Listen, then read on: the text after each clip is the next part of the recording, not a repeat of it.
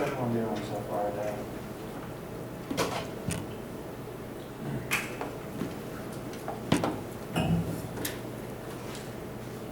Because I didn't see any of you yesterday, today still feels like a Monday, so I hope everyone had a good weekend. I've been getting some questions about accessing the homework tool that we're using. Again, there was no homework due last week. Everyone's still logging in, everyone's still getting started, so when I talk about the homework tool, I'm going to show you sort of, I've had some questions about issues with accessing it, so I'm just going to bring it up on screen and we're going to talk about it a little bit. Again, I want to remind you that there was not any homework due at the end of last week. I've made the first homework assignment due next Tuesday, specifically next Tuesday at midnight, so that we're going to finish chapter 1 this week, and that way you'll have the weekend to work on it, and then on Tuesday you'll be able to come ask questions before it is due that day at midnight. So there is still time to get in and begin working, but you do need to begin accessing it so that you can look at the assignment and begin it and have time to be able to do everything. Before I get started on that, before we continue on to chapter 1, does anyone have any questions before we begin?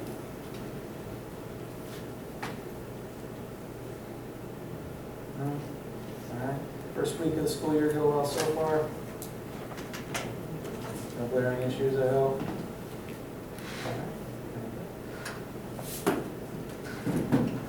Excuse me. Okay, so.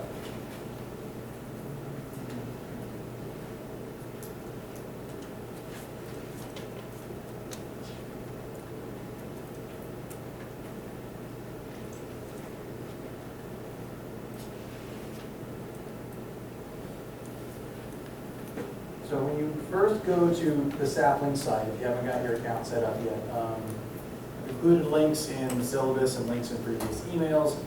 You can also access it from magnolialearning.com. They are specifically the company that does the Sapling Learning, and this is just the web tool that we're using to do our homework instead of making you guys buy a textbook. Just sign in /register. You want to say you are a student.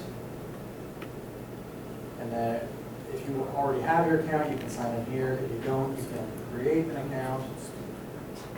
The account creation page is just this one page of information. Your first name, last name, put in your school email address, password for the account. This is the account password, not your email address password. You list what school you are attending, and if you start typing in there, it'll start looking for anything that begins with a P, but, oh no, there we go, we've finally been added. So now you can just select Presbyterian College, continue filling everything in, and you do not need emails about offers, but you do need to review the terms and conditions, then you can create your account. Once you've made your account, it's going to send an email to the address that you listed, and it's going to say verify your account. And you won't be able to get any further until that email shows up. When I made my test student account the other day, it did take like 30 minutes for that email to show up. So it might not be immediate, just to make everyone aware. But as long as you made the account, it should still be happening. You should still get that email.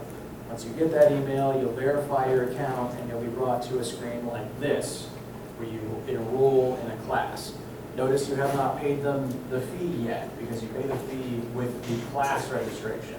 Making the account is free, but you pay for the course access when you enroll for the class. Now, if you listed Presbyterian College as your school, it should just link you directly to courses at Presbyterian College.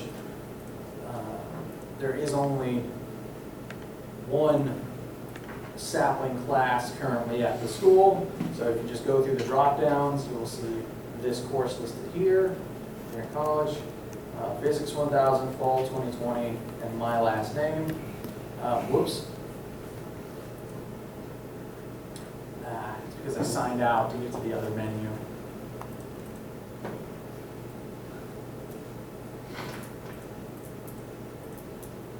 So it should just drop down straight to this class. If you didn't say you're from Presbyterian College, you should be able to find PC listed here.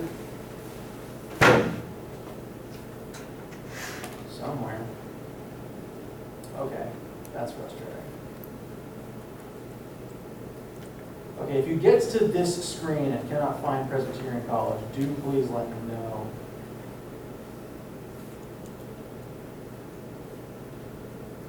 So it's, yeah, if you don't see, if it doesn't auto-link you to PC and you can't find it here, please let me know. That might be a technical issue we have to work out. But if you did put PC in the account creation, that class is there, you just click on it, and this is where you pay for the semester access instead of buying a normal textbook. Once you do that, you will be able to view the class and put another page up on screen now. This is the instructor view, so yours might look a little bit different. You'll have fewer tools and fewer tabs.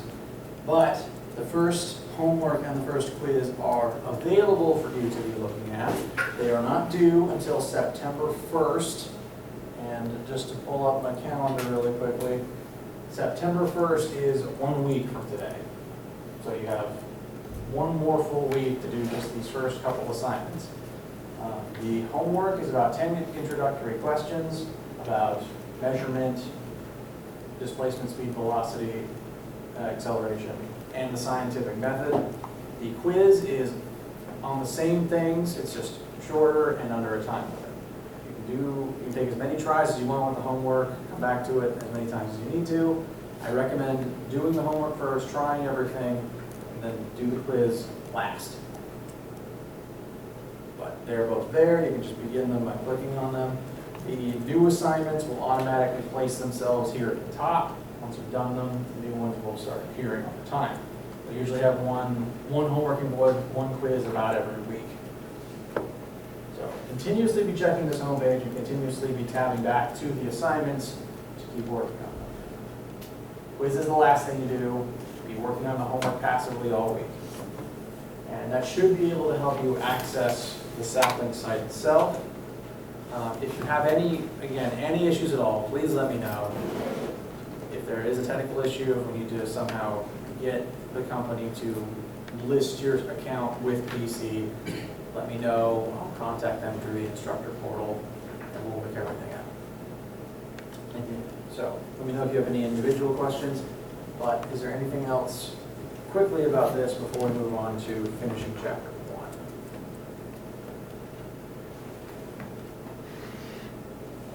1? Okay. All right, so, oops.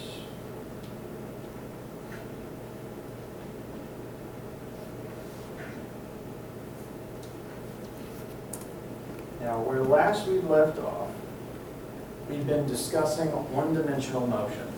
We've been talking about displacement and velocity, how we measure the two of them, the main formula that we use to compare between them. That formula being velocity is equal to delta displacement over delta t. What does delta mean mathematically? Change in. Very good. In order to have a velocity, your location has to be changing as time changes. And we did a few sample questions related to these. We're going to begin with another sample question, just to start off with. So, first thing you do is always read the question. You drive for 30 minutes on the interstate where the speed limit is 70 miles per hour. The limit then drops to 60 miles per hour, and you drive another 40 minutes at this reduced velocity. What is your total displacement for this entire trip?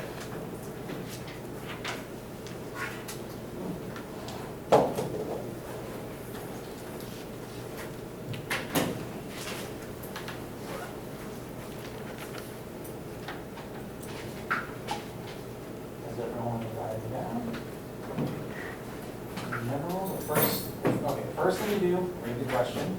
Second thing you do, list what you know and what you want. You're told two separate velocities here.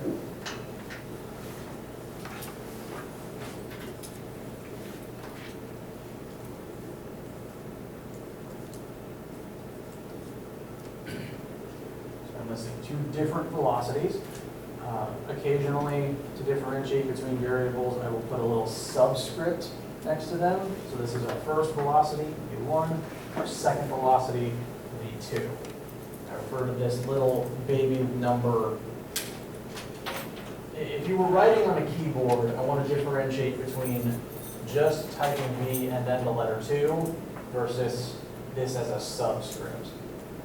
So this is specifically a subscript. It's not V times 2. It's the second V. Yes. So opposed to like being a measure of like displacement of volume, in this case displacement is just distance covered over time, right? Yes. Well, displacement is total distance. Velocity is distance over time. So we're told 2 separate velocities. We're also told 2 separate times.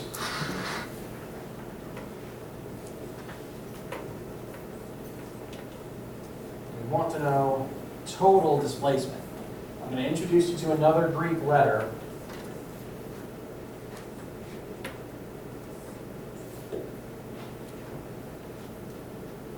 Who knows what this Greek letter means? First of all, what is this Greek letter called?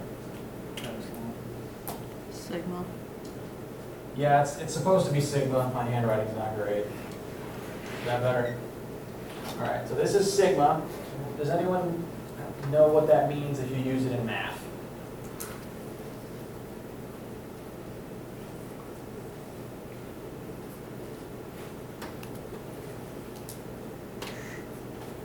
So I'm writing it down because if I say this out loud, it's not always indicative of what it actually means.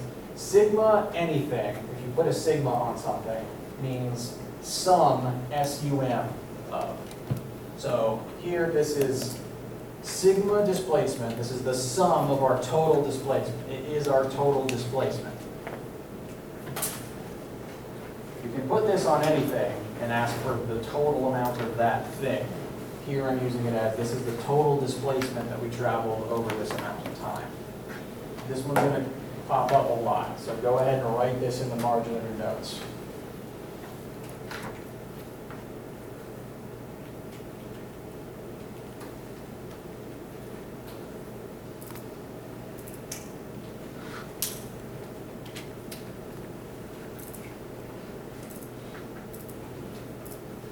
Okay, so we have 2 velocities and 2 different times. We want the total displacement. What do you think we should do?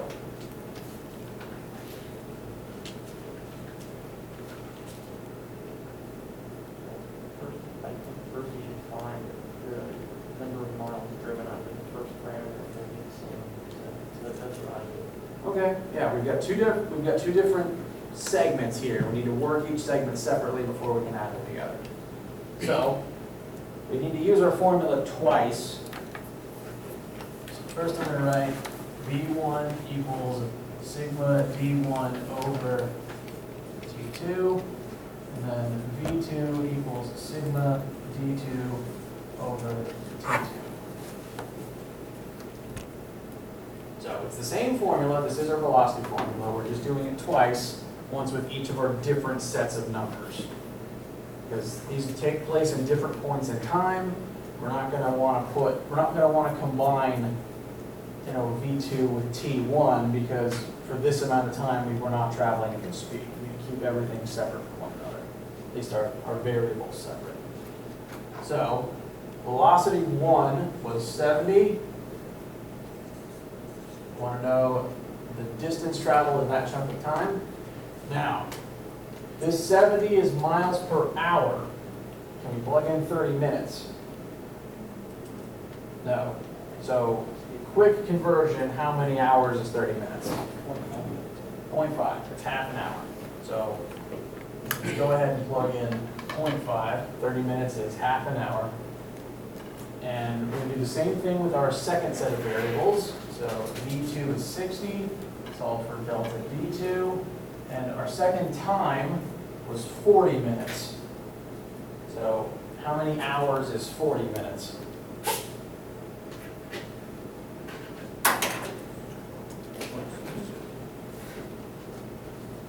And yes, if you have your calculator, go ahead and leave it in your backpack. If you need it for this purpose, it's okay.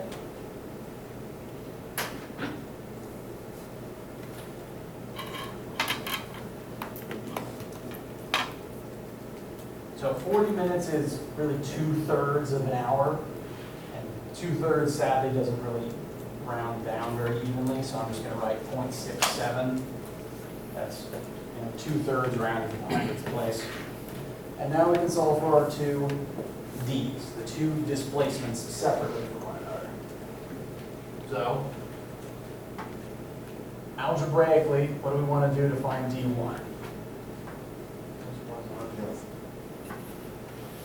Both correct. Everything I heard out loud was very good. My brain was just processing the two different ways of saying it. Yes, so we're going to want to multiply 0.5 by both sides. It's going to cancel out this 0.5 and basically bring it over here. So that's going to give us 0.5 times 70 equals delta D1. And what's half of 70? 5, very good. So in that first segment, we traveled 31 miles. In our second segment, we're going to basically multiply 60 by 0.67. And so, what's that going to give us?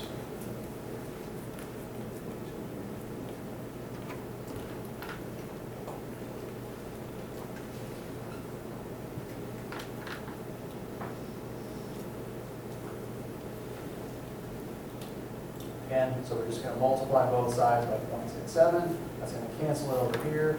On the other side, we'll have 0.67 times 60, which is going to give us 40 miles. And so, what is our total displacement?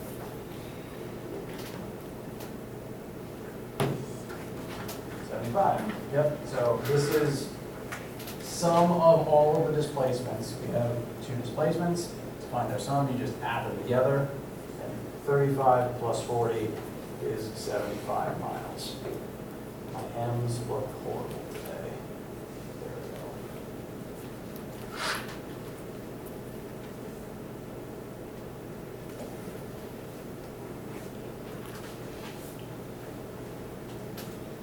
go. Okay. Any questions?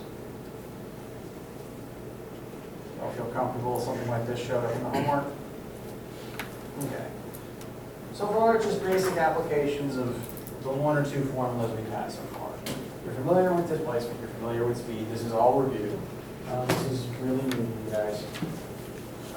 We're going to now start talking about the last aspect of one-dimensional motion, and that is acceleration. Now, for each of the two phases of this question, there's two separate velocities. Within each phase, it's assumed that you're moving at constant velocity. So when you get on the interstate and you turn on your cruise control, your car does its best to keep moving at the same speed, right? You just want to get your cruise control up to the highest speed you can legally go, and then you just go. Now, that assumes constant velocity, but within this problem, we do have a change. We drop from 70 to 60. At one point, our velocity is going to be changing. That point right there, where the velocity changed, is described as acceleration. So I'm just going to back up real quick. Whoops. So, acceleration is defined as the rate of change of velocity.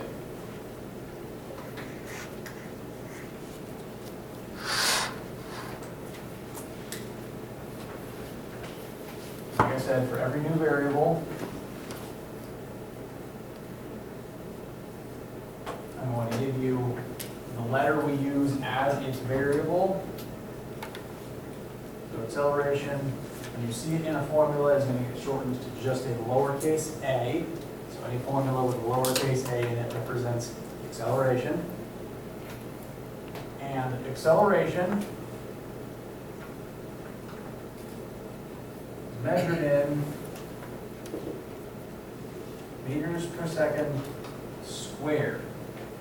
The seconds on the bottom is squared. I had a hard time typing that into PowerPoint, so this little caret right here I've heard it called a carrot, it doesn't look like a carrot. I've also heard it described as a hat. Point is, this weird upward pointing V represents the exponent. So if you are typing in MS Word and you cannot write an exponent normally, if you couldn't write S squared, you can do S raised to the second power.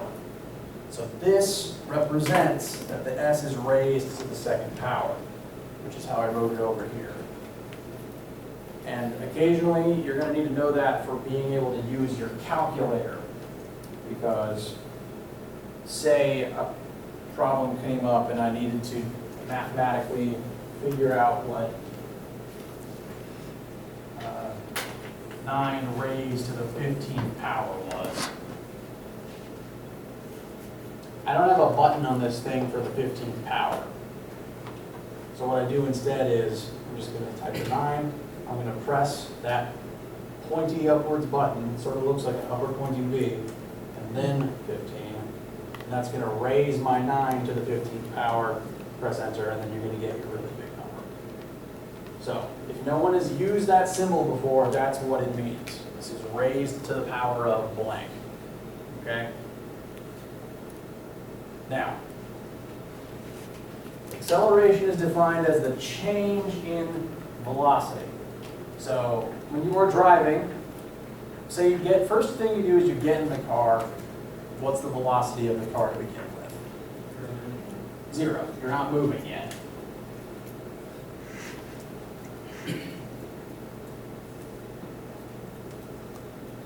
So when you get in your car, your initial velocity, so this is VI, velocity initial. I'm going to use I as a common subscript for initial. The velocity initial, when you first get in the car in the morning, is 0 meters per second. You turn the car on and you hit the gas, and eventually your car is going to make it up to some other speed. So if you drove to campus today, about what speed would you say you'd be driving?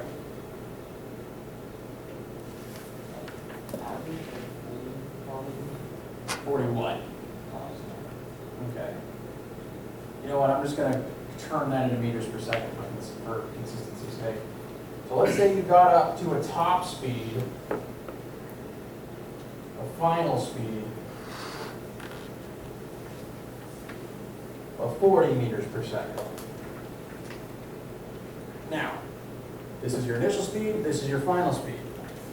Now, when you press on the gas, does the car immediately begin moving at 40? No, the engine sort of revs up and you slowly begin moving as you get faster and faster, and you can see the speedometer slowly increase and you eventually end up at the speed you want to be at. That amount of, and that takes an amount of time, right? So a certain number of seconds has to pass for you to actually get up to that speed you want to be at. So acceleration is defined as the change in velocity over time. So when you press on the gas and the velocity of your car changes, you go from some speed to some other speed. It takes some amount of time to be able to do that. And that's to determine what your acceleration was. Anytime your speed changes, even if it seems instantaneous, that counts as an acceleration and it took some amount of time. And that's how we get to the formula for acceleration, which I will write up here instead of the velocity formula.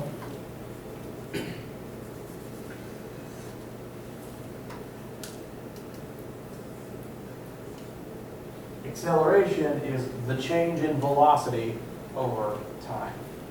Velocity is defined as changing displacement over time. Acceleration is changing velocity over time. Now, once you get up to this speed, if you stay at 40, then you've stopped accelerating. Acceleration only exists when your speed changes. Okay? If you are moving at constant velocity, like in the two different halves of this question, if you're just moving at 70, you're not accelerating. If you're just moving at 60, you're not accelerating. Acceleration only exists and only happens when you are in the act of changing. Okay? Now, often in the English language, we use the word acceleration and we sort of think by default faster, right? Because for one thing, we call the gas pedal the accelerator a lot of the times. So within the English language, when you say acceleration, you automatically assume going more fast. But technically, from the physics definition, you can be slowing down, and that is an acceleration. Any change in velocity, faster or slower, counts as accelerating. Okay? Cool?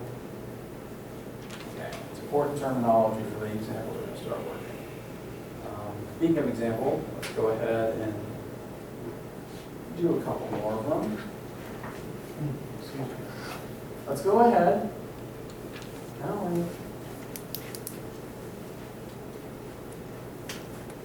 Okay, yeah.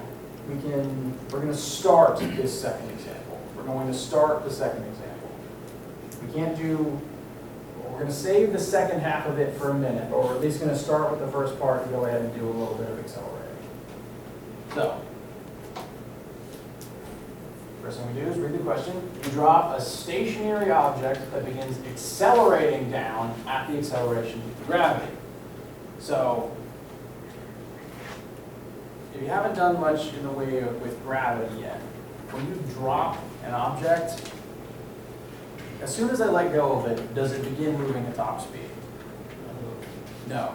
So when something is falling, it is actively accelerating. It goes from 0 to some final speed right before it hits the ground. And if you have ever, say, as a child, jumped off of the jungle gym, or, you know what, even better, who has,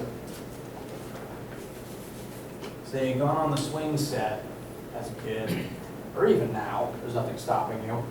You've gone on the swings, you start swinging back and forth, and your goal is always to try to jump off as high up as you can. Now, why is it more fun to jump off up here than it is down here? Right? Because you want to go as high as possible, but why is it more dangerous? It's faster. Right. So, when you drop from higher up, when you get off from higher up, you have farther to fall. Now, if you fall from a higher distance, is the danger the height that you fell? Like, does just the height number hurt you? It is how far you got to fall, but the farther distance you have to fall, the more time you have to accelerate to a higher speed. When you fall, you are accelerating. And the higher you start from, the longer you're in the air, the faster you're going to be moving before you hit the ground. So, gravity acts as an accelerant. It literally causes you to accelerate down towards the ground. And in general, the higher you fall from, the faster you'll be moving when you hit the ground, the more it will hurt on a mechanical level. So, keyword there, gravity acts numerically as an acceleration. Now, we're going to read just the first part of this question. You drop a stationary object, so let's just say we have a baseball here. We're going to drop a stationary object. Keyword here, stationary. If the object is originally stationary, that already tells us a number, even if the problem doesn't write the number down. If the object is stationary, we can assume its initial velocity is 0. So, first, not even done with the first sentence, and we were able to pull that number out of it. That object begins accelerating down. The thing with gravity is it's always going to point towards the Earth. So our acceleration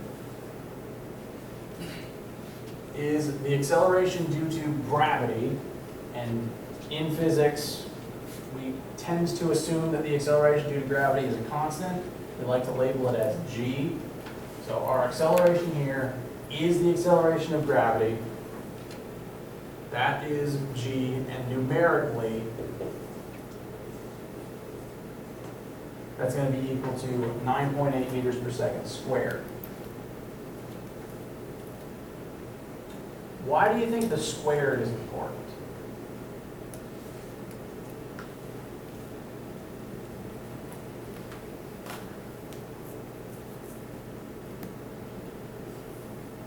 Why is it important to write and to keep the squared in the question, in the unit?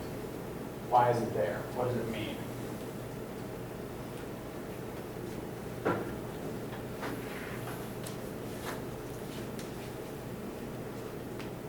So, the formula for acceleration tells us acceleration is defined as the change in velocity over the change in time. Velocity is already measured in meters per second. It's already a measure of displacement per time. But then we're dividing the change in velocity by time. So this is meters per second. It's the change in meters per second. And you can simplify dividing meters per second by seconds down to meters per second squared. So the squared represents the fact that the original meters per second is changing with time. The squared is very important. You do need to include it in everything. I've had issues in the past where even I have occasionally not written the squared, and I'll assume, oh, it must be a velocity instead of an acceleration, and then I mess my own question up by plugging it in the wrong place in the formula. So acceleration always has squared in? Correct. All accelerations will always be, a unit of distance divided by a unit of time squared. All velocities are distance over time, like miles per hour, but accelerations would be miles per hour squared. The hours would have to be squared. All accelerations have that squared. So, we're told initial velocity, we're told the acceleration of this ball as we drop it. We are then asked, how fast is it moving after 3 seconds? So our time, time is given to us. Time is 3 seconds, and we want to know its final velocity after that amount of time. So we're going to drop something, it is going to fall, and after 3 seconds we want to know how fast it's moving. So we've written down what we know, we've read the question. What should we do?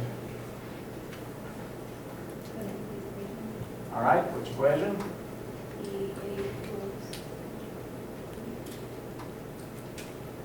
All right. Yeah, this is the only equation we've done so far that has acceleration in it. So acceleration is equal to change in velocity over change in time. Now, how should we apply these numbers that we know? How should we plug them in?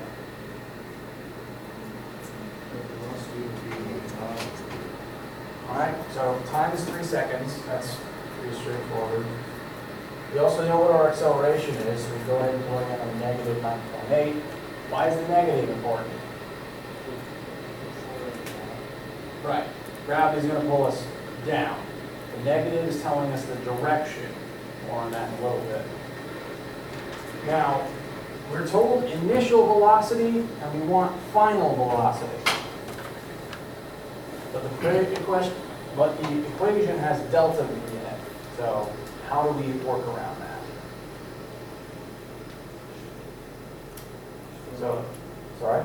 So it'd be VI minus Almost, very close.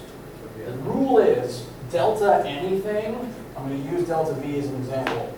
Delta anything, the change in something, is always its final number minus its initial number.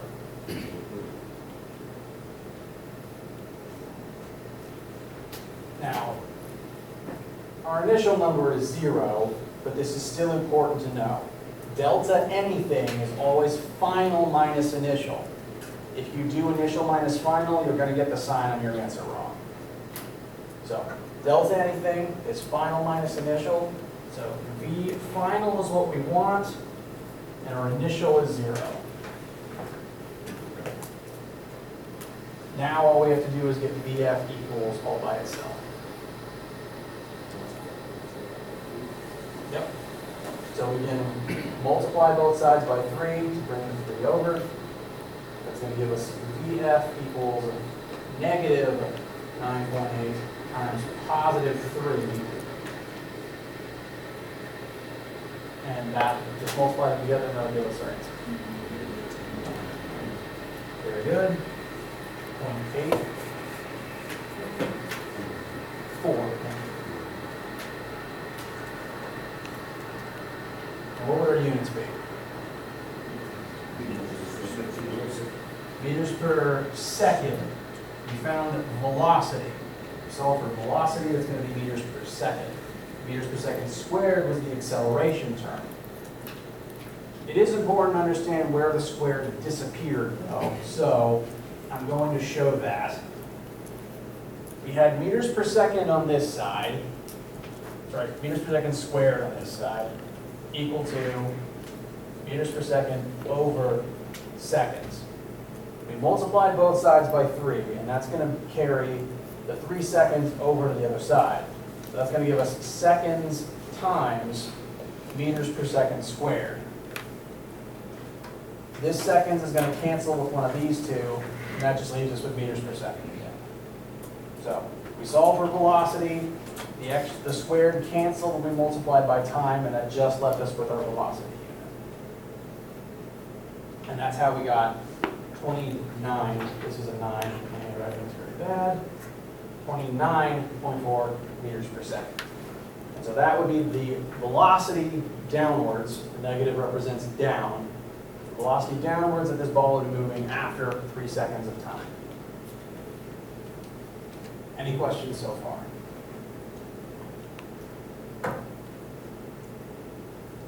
All right. Okay. I've been talking for, that clock's a little fast, but still about 35 straight minutes. So everyone can take a breather, get some water, while I take a breath and get some hot air out of this thing.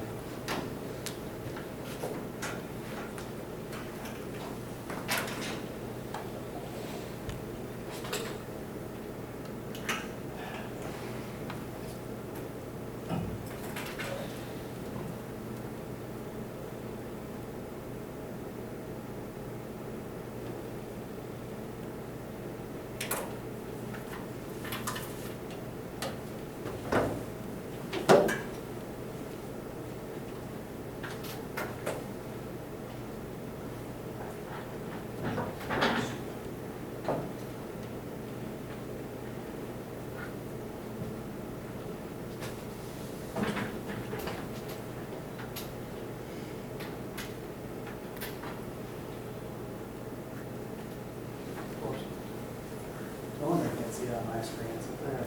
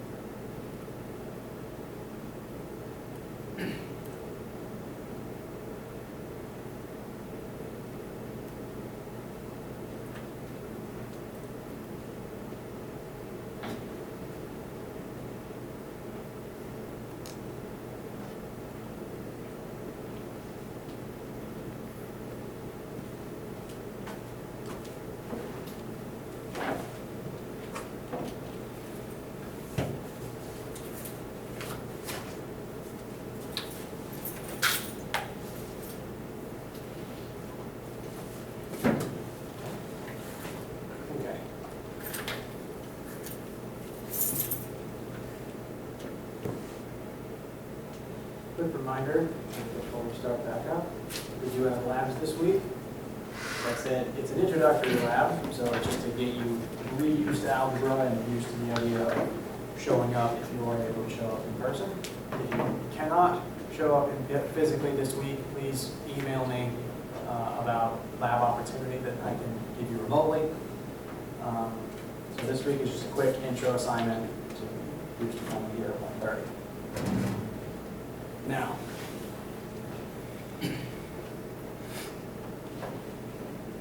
the negative sign in the example we just worked is important because it represents direction.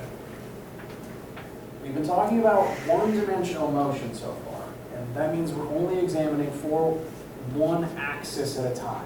We're just looking at things moving forwards. But one dimension,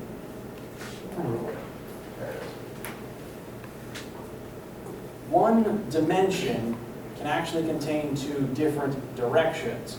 If you start here from the middle, and you can only travel along the dimension of this length of meter stick, you could travel forwards, or you could travel backwards.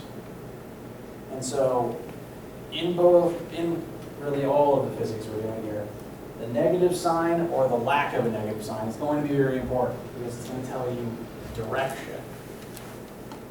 And direction is important because we're going to be dealing a lot with a concept known as vectors. Who's worked with vectors before? Okay, just one hand. So, in math, every number, in any variable that you're given in this class, every single number that pops up is either going to be a scalar or a vector. Now, you've been working with both of these your whole lives, you just might not have labeled them as such yet. So, every single number is either a scalar or a vector. A scalar is defined as a number with no direction. You can't put a direction on a scalar. These are going to be numbers like, how many apples do you have? You can't have 5 apples north. What is your mass? I can't have a mass of 100 kilograms south. There are certain numbers that no matter how hard you try, you can't put a direction on them. Time is another example. You can't have 5 minutes north.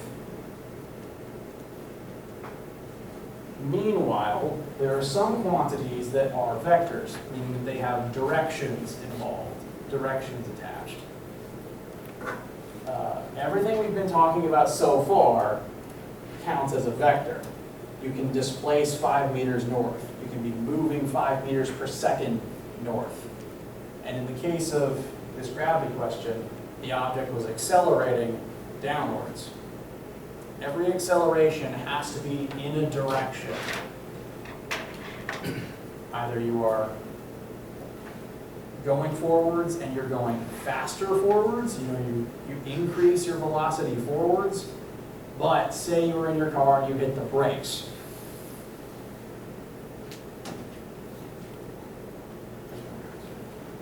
I used to have like 3 erasers in here, one for each corner of the room. Inevitably, I always find them as soon as I walk away from them.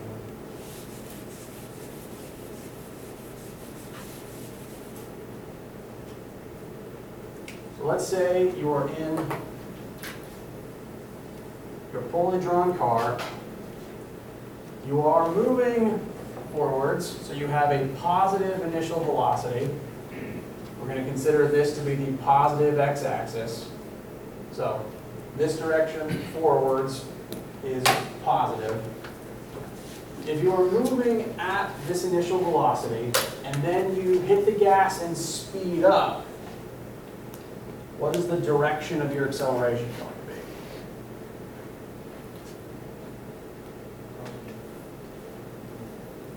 The ladder? Positive. All accelerations have to have a direction because acceleration is a vector. It has to have, and it's represented by an arrow, it has to have a direction. So, let's say that I should actually put numbers on these. Let's say your starting velocity is 5 meters per second.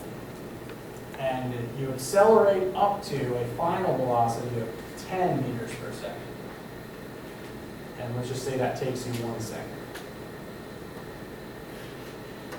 So, if we were to use the acceleration formula to find what your acceleration was, our final velocity would be 10, our initial velocity would be 5. We went to a bigger positive number. Our answer became even more positive than it already was. If we were to work it, we would find our acceleration to be positive 5 meters per second squared. Now, conversely, if instead of hitting the gas, you hit the brakes, and you slow down to a stop,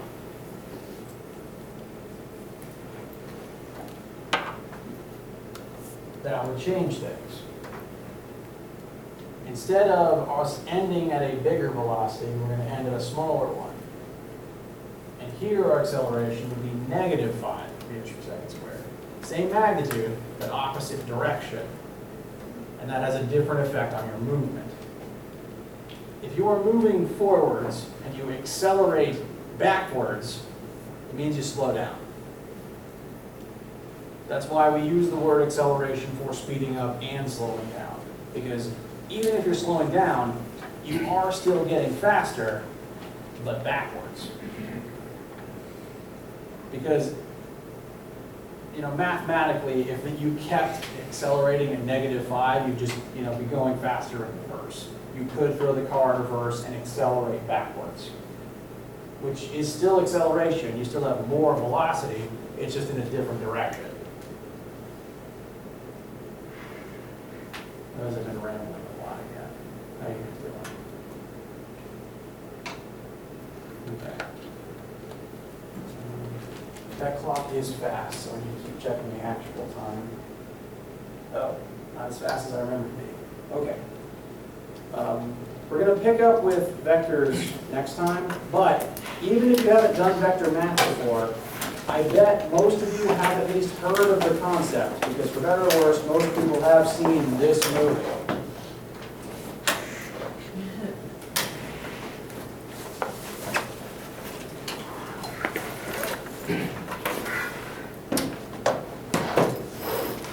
Oh no, the speaker's not working.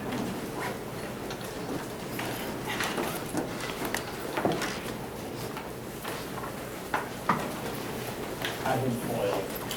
But if you've seen this movie, what's this character's name? Right, he's describing it as a quantity with magnitude, the number, and the direction, the arrow. So, you've heard of these things. We're going to do more work with them next time. As I introduce more variables, I will start telling you if they are vectors or not. So far, the only 3 we've covered are all vectors. So keep that in your notes. And have a wonderful day. Let me know if you have any questions, if you have any issues signing up for Sapling.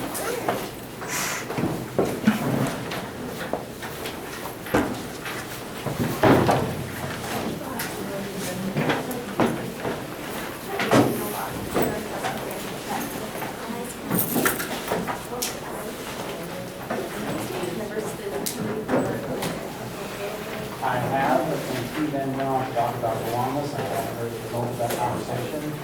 But at least when he was still favoring the usual rule. That is sort of a flat out rule we've been asked in the past. It's frustrating. Granted, of all semesters, this would be the one to maybe so I'm not going to say no to you yet. I'm just letting you know departmental rules across the board with colleges. Okay, so should I haven't signed up for these, so should I come with that? Yeah, go ahead and jump in there. If say Dr. Thomas is right, you only need to come to a couple of them, this would be one of the ones to make it one of the shortest. Yeah, it's on the other one. Okay, thank you. You're welcome.